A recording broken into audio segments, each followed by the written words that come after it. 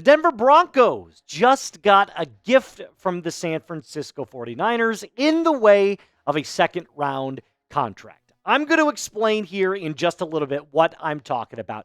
But before I do, if you're watching this, I am currently on my way to Minneapolis, en route, in flight, for my bachelor party weekend. Going to be a lot of fun heading up to the land of my people. So I have one big ask.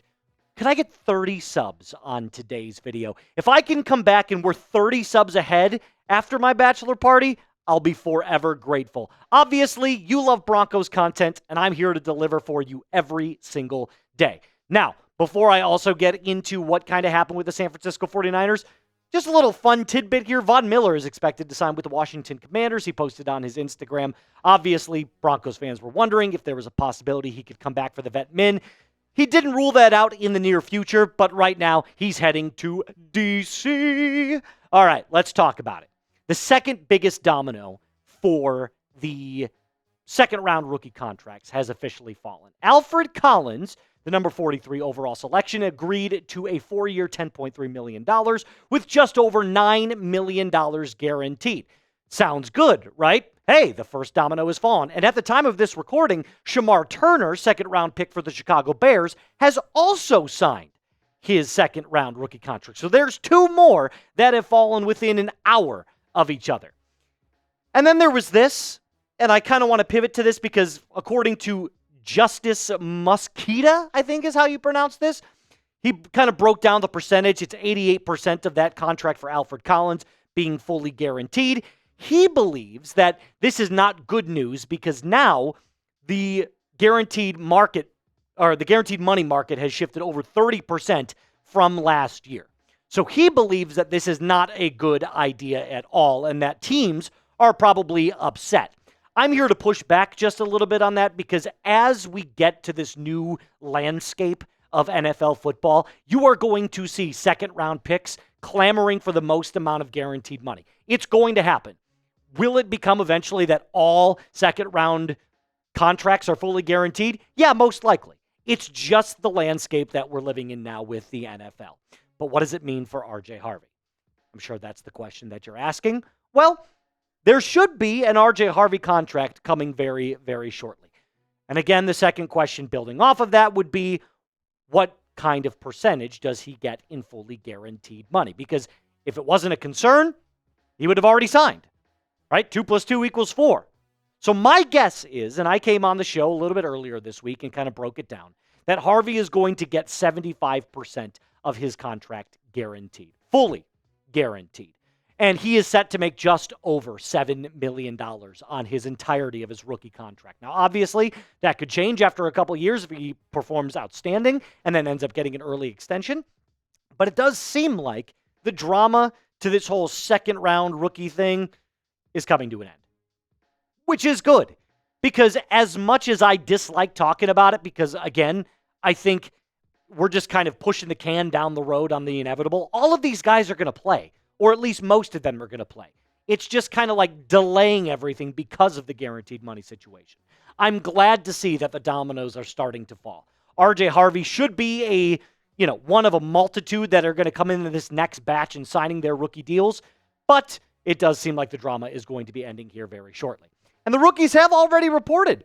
Broncos training camp officially started yesterday at the time of this recording. So only 51 more days until week 1 against the Tennessee Titans. Cannot wait for that. And if you're excited, do me a favor, double tap that little thumbs up button right there. Well, don't double tap it, just regular tap it. Producer Joey got a kick out of that. Single tap it. There you go. All right. I do want to switch over now to the second half of this video and give you something that I believe is a little bit more tangible. Let's give an early offensive roster prediction to the Broncos roster.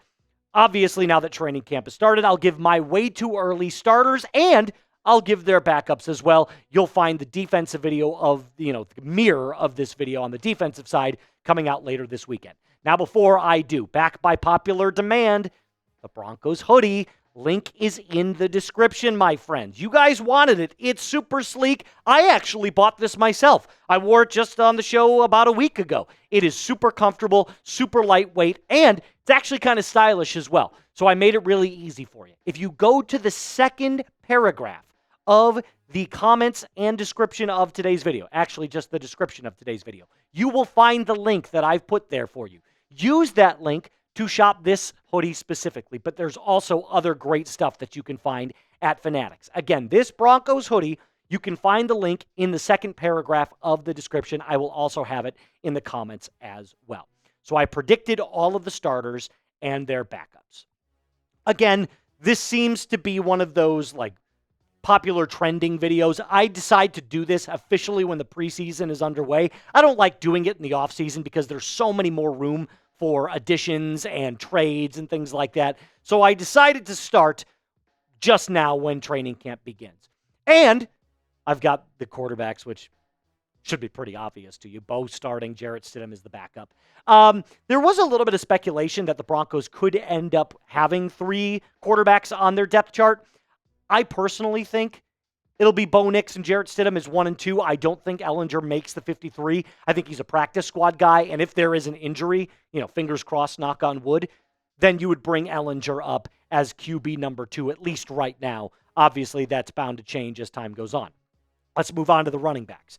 Now, remember, RB1 and RB2 doesn't necessarily mean that RJ Harvey is a backup. The way that Sean Payton runs his offense, there really is no true RB1 lead back. It's kind of a rotation of running backs. You can disagree with how he runs his offense, but that's the way it is. So I've got J.K. Dobbins and RJ Harvey as 1 and 2. Then I've got Jaleel McLaughlin, Audric Estime, and a combination of Blake Watson or Tyler Bidet. You could obviously see one of those 2 guys get cut, maybe both, only because most teams only carry 4 running backs on their depth chart. It's just the way it works. So if you were going by that logic, it would be Dobbins, Harvey, Estime, and McLaughlin.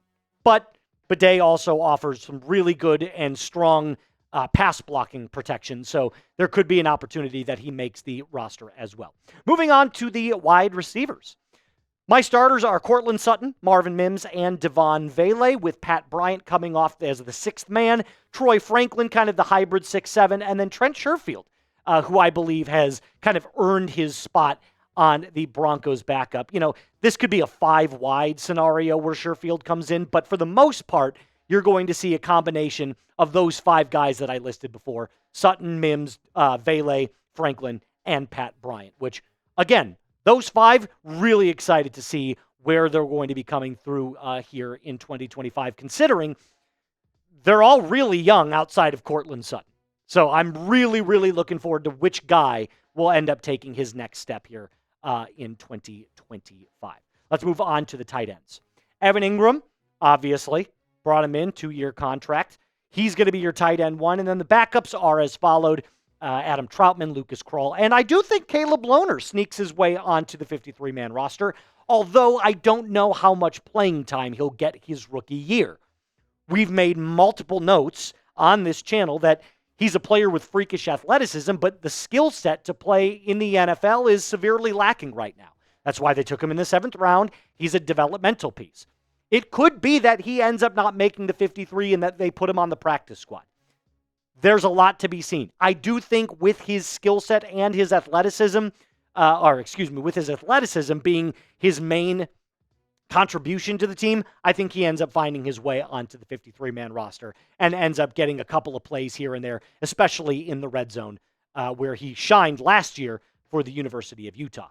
Do you like my offensive starter predictions so far? Yes or no? Let me know in the comment section down below. I feel like the Broncos, with how much they brought back from last year and last year's team, is one of the teams in the NFL that you're not going to see a huge parity, right? We can only add a couple of guys here and a couple of guys there. And the offensive line is the perfect, kind of encapsulation of my point. This is the exact same offensive line from last year, starting at least.